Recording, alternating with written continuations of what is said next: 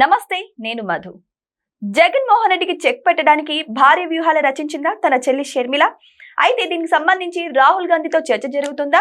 మరి రాహుల్ గాంధీ షర్మిల ఒకటై మరి జగన్ కు చెక్ పెట్టనున్నారా? ఏంటా వ్యూహాలు? ఈ రోజు మనం తెలుసుకుందాం. ప్రస్తుతం మనతో పాటు ఉన్నారు సీనియర్ జర్నలిస్ట్ సిఎస్ రావు గారు. వారిని అడిగి మరిన్ని విషయాలను తెలుసుకుందాం. నమస్కారం సార్. సార్, సొంత చెల్లి షర్మిలాని జగన్ ఎన్ని మాటలు అన్నారో అందరికి తెలిసిన విషయమే. ఇప్పుడు షర్మిల గారే జగన్ కి చెక్ పెట్టనున్నట్టు కొన్ని వార్తలు అయితే వస్తున్నాయి. కొన్ని వ్యూహాలు కూడా రచిస్తున్నట్టు తెలుస్తున్నాయి. ఏంటి సార్ ఆ వ్యూహాలు? షర్మిల గారు చాలా పట్టుదల గల మహిళ. ఈ విషయం నేను చెప్పడం కాదు, వైఎస్ఆర్ కాంగ్రెస్ పార్టీలో ఉండేటువంటి వాళ్ళు కానీ లేదా వైఎస్ ఫ్యామిలీ గురించి బాగా తెలిసినటువంటి వాళ్ళు కానీ చెప్తారు. ఈవెన్ రాజశేఖర రెడ్డి గారు బతుకున్న రోజుల్లో కూడా మీకు ఎవరంటే బాగా ఇష్టం అంటే షర్మిల అంటే ఇష్టం అని చెప్పి ఆయన ఓపెన్గా ఇంటర్వ్యూలో కూడా చెప్పిన సందర్భాలు ఉన్నాయి. మరి జగన్మోహన్ రెడ్డి గారు రాజశేఖర రెడ్డి గారు చనిపోయిన తర్వాత ఆయన జైలుకి వెళ్ళారు. జైలుకి వెళ్ళినప్పుడు పార్టీ నిలబెట్టింది ఎవరు? షర్మిల గారు. పాదయాత్ర చేసింది ఎవరు? షర్మిల గారు.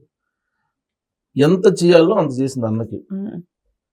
కానీ తర్వాత 2019 నుంచి 2024 మధ్యలో అధికారం వచ్చిన తర్వాత పరిణామాలు మారిపోయాయి.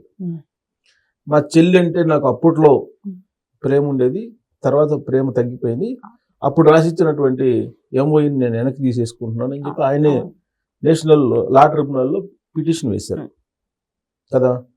సో కాబట్టి వాళ్ళ మధ్య ఆస్తుల వారుతో పాటు రాజకీయపరమైన వారు కూడా నడుస్తుంది అనేది సర్వత్రా జగద్విదితం. ఇప్పుడు జగన్మోహన్ రెడ్డి గారికి ఎలా చెక్ పెట్టాలి?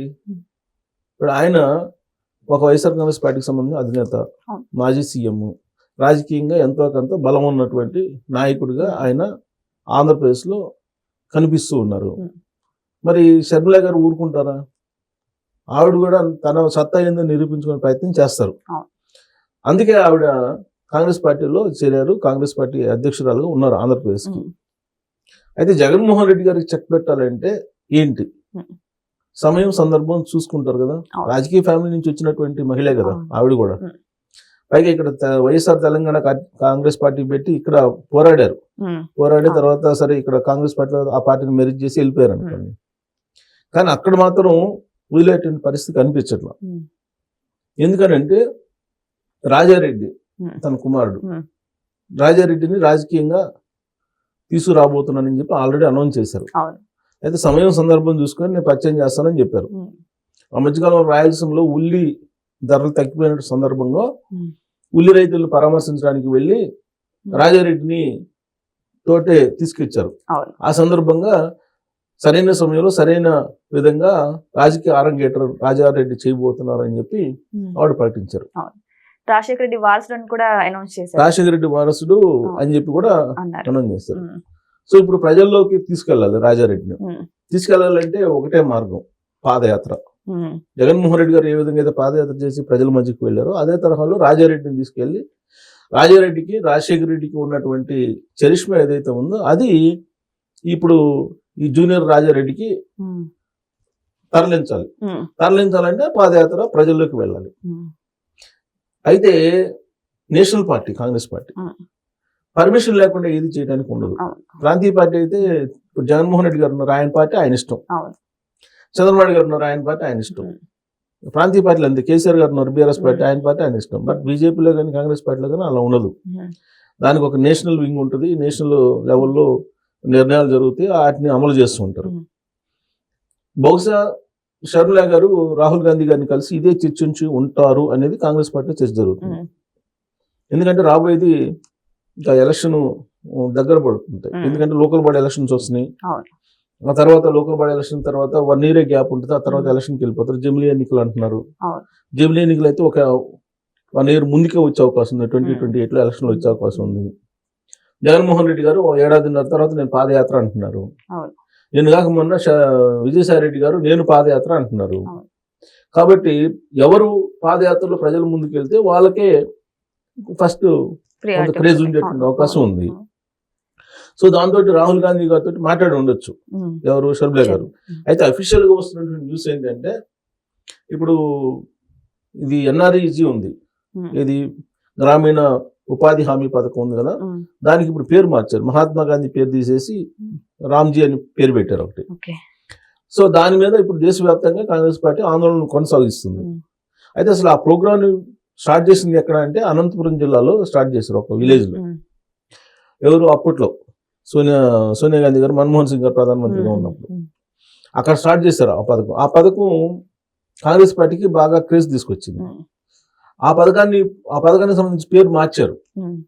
సో అక్కడి నుంచి ఎక్కడైతే ఈ ఎన్ఆర్ఈజీ ప్రోగ్రామ్ స్టార్ట్ చేశారో అక్కడి నుంచి కార్యక్రమం చేపట్టాలి అనేటువంటి ఒక నిర్ణయం తీసుకున్నట్టు రాహుల్ గాంధీ గారితో ఈవిడేదో షేర్ చేశారు అని చెప్పి వాళ్ళు వచ్చినటువంటి న్యూస్. అంటే రాజారెడ్డికి సంబంధించినటువంటి రాజకీయ రంగ ప్రవేశం అనేది బహుశా అనంతపురం జిల్లాలో అక్కడి నుంచి ఉండే అవకాశాలు ఉన్నాయి. అక్కడి నుంచి స్టార్ట్ చేసి పాదయాత్రగానో లేదంటే బస్ యాత్రగానో, తొలి విడత బస్ యాత్ర, తర్వాత పాదయాత్రగానో డిజైన్ చేసుకునేటువంటి అవకాశం లేకపోలేదు. కాంగ్రెస్ పార్టీని బలోపేతం చేయాలి అనేది కాంగ్రెస్ పార్టీ అధిష్టానం యొక్క సంకేతం. అందుకోసం కాంగ్రెస్ పార్టీ ప్రయత్నాలు చేస్తూ ఉంది. ఎందుకంటే పక్కనే ఉండేటువంటి రాష్ట్రం కర్ణాటక, అక్కడ కాంగ్రెస్ పార్టీ అధికారంలో ఉంది. తెలంగాణ కాంగ్రెస్ పార్టీ అధికారంలో ఉంది. సో కాబట్టి అవసరమైతే నేను కూడా వచ్చి ప్రచారం చేస్తానని చెప్పి కూడా ఒక మూమెంట్ లో రేవంత్ రెడ్డి గారు చెప్పారు. రాబోయేటువంటి ఎన్నికల నాటికి కాంగ్రెస్ పార్టీని బలోపేతం చెయ్యాలి అనేటువంటి ఒక నిర్ణయం జరిగింది. దానికి సంబంధించి ప్రశాంత్ కిషోర్ తోటి ఆల్రెడీ మాట్లాడారు. ప్రశాంత్ కిషోర్ డైరెక్షన్ లోనే మొత్తం స్కెచ్ నడవబోతుంది అని. ఇక్కడికి వచ్చేటప్పుడు తెలంగాణలోనేమో ఇక్కడ కవిత గారు ప్రశాంత్ కిషోర్ తోటి ఆవిడ రాజకీయ పరమైన వ్యూహాలని రచిస్తూ ఉన్నారు. ఆమె ఉండేటువంటి అనుమానం ఏంది, రేవంత్ రెడ్డి గారు ఏది స్క్రిప్ట్ రాస్తే అదే చదువుతుంది కవిత గారు అనేది ఉంది. అంటే కాంగ్రెస్ పార్టీ స్క్రిప్ట్ లోనే నడుస్తున్నారు కవిత అనేది ఒకటి వినిపిస్తుంది. అంటే రాబోయేటువంటి రోజులు ఏదైనా జరగచ్చు. ఇక్కడ కవిత గారు, అక్కడ షర్మిల గారు ఇద్దరు కొంచెం ఇంచుమించుగా ఒకే రకమైనటువంటి ఇష్యూస్ లో బాధితులు. వాళ్ళు అన్న బాధితులు. ఇక్కడ అన్న బాధితులు వాళ్ళు కవిత గారు, అక్కడ అన్న బాధితులు షర్మిల గారు. సో కాబట్టి వీళ్ళిద్దరూ ఒకే పందాలో నడిచేదానికి వ్యూహాలను రచిస్తున్నారా అనేది ఒకటి.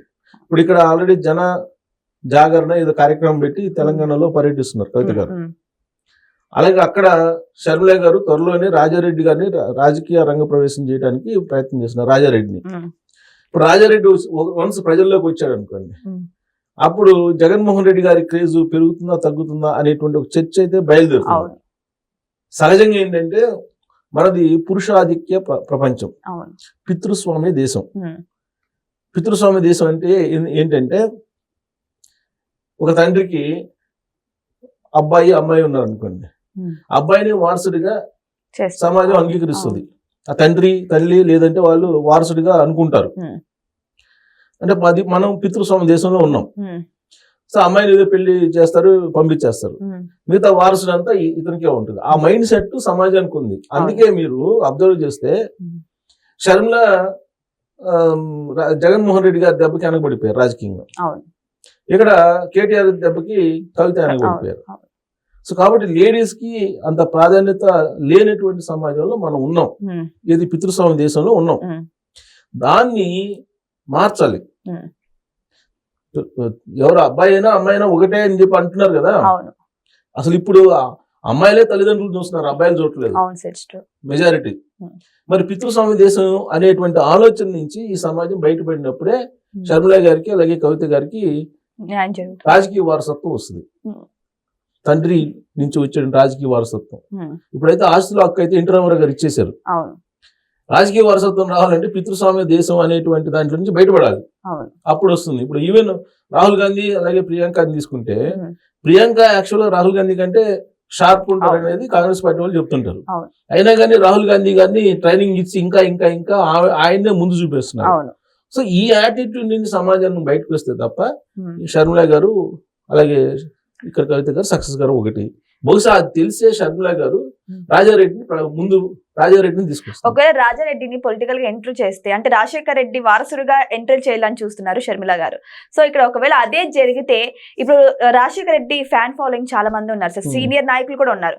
వాళ్ళందరూ కూడా ఇప్పుడు షర్మిల వైపు వెళ్ళే అవకాశాలు ఉంటాయి కదా సార్. అంటే ఒక ఉదాహరణ ఉంది ఇక్కడ. ఇప్పుడు లోకేష్ ఉన్నారు, యోగళం పాదయాత్ర చేశారు. మరి ఆయనకి ఎన్టీ రామారావు గారి నందమూరి ఫ్యామిలీ అది. అవును మరి ఎన్టీ రామారావు గారికి సంబంధించినటువంటి ఫ్యాన్స్ కానీ తెలుగుదేశం పార్టీ క్యాడర్ కానీ ర్యాలీ అయింది కదా, అవును అవును ప్రత్యక్షంగా కనిపిస్తుంది కదా. అవును మరి అలా ర్యాలీ కారణం ఏముంది రాజారెడ్డికి? అవును షర్మిల కొడుకు ఉమ్, రాజశేఖర రెడ్డి గారి వాళ్ళ అభిమానులు కానీ లేదంటే వాళ్ళందరూ రాజారెడ్డి వైపు ఫాలో గారెడ్డి ఉంది. ఆల్రెడీ మనకి లోకేష్ కనిపిస్తున్నారు కదా అక్కడ. అవును అవును సో అది వర్కౌట్ కావచ్చు, ఉమ్, వర్కౌట్ కానీ కరెక్ట్గా కనిపిస్తుంది కదా అక్కడ. అవును సో కాబట్టి అలా ఆలోచించి ఉండొచ్చు షర్మిల. ఉమ్, అందుకే రాజారెడ్డి నేను రాజకీయాల్లోకి తీసుకొస్తానని. సో రాజారెడ్డి కొంచెం యాక్టివ్ అయిపోయి రాజారెడ్డి కనుక కొంచెం చురుగ్గా ఉండి ఉమ్, రాజారెడ్డి కనుక దూసుకు వెళ్తే ఉమ్, ఆటోమేటిక్గా జగన్మోహన్ రెడ్డి గారి గ్రాఫ్ పడిపోతుంది. ఎందుకంటే ఆల్రెడీ జగన్మోహన్ రెడ్డి గారిని ఒకసారి చూశారు కాబట్టి అవును. ఇతనేదో రాజారెడ్డి రాజశేఖర రెడ్డి వారసత్వం అని చెప్పి అనుకుంటారు, అవును. అనుకునే అవకాశం ఉంది. సో ఏదేమైనా సరే ఇప్పుడు షర్మిల తన కుమారుని రాజారెడ్డిని పొలిటికల్ గా ఎంట్రీ చేయదలుచుకున్నారు. మరి నిజంగానే జగన్ కి ఇది ఒక చెక్ లాగైతే అనిపిస్తుంది. మరి వెయిట్ చేసి చూద్దాం రానున్న రోజుల్లో ఏం జరుగుతుందా అని. Thank you so much. Thank you.